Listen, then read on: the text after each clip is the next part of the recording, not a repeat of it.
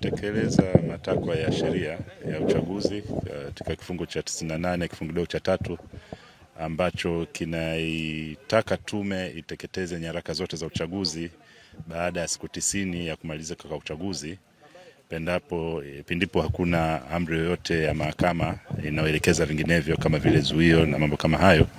Leo tarehe 17 mwezi wa 3 na baada ya maamuzi ya tume ya kikao chake cha tarehe 2 mwezi tarehe 17 mwezi wa 2 na baada ya maamuzi ya tume ya kikao chake tarehe 2 mwezi huu wa 2, hiyo ni baada ya kukamilika kwa siku 90 tokea kwa uchaguzi mkuu wa mwaka 2025 ambao ulifanyika tarehe 29 Oktoba.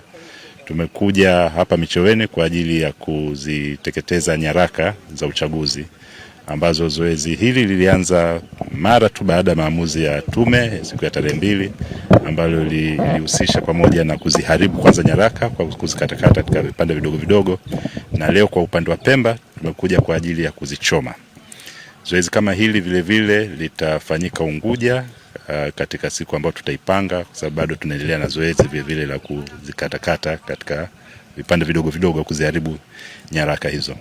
Lakini kuhusiana na swali lako kuwa kuna kesi mahakamani, ndio tuna taarifa kwamba zipo kesi za uchaguzi Mahakama Kuu ya Zanzibar, zipo Unguja, zipo na Pemba, lakini kesi hizo zimefunguliwa, tujapokea amri yoyote ya kuweza kutufanya sisi kutotekeleza sheria, kwa sababu matakwa ya sheria yanaeleza pale ambapo kutakuwa na amri ya mahakama.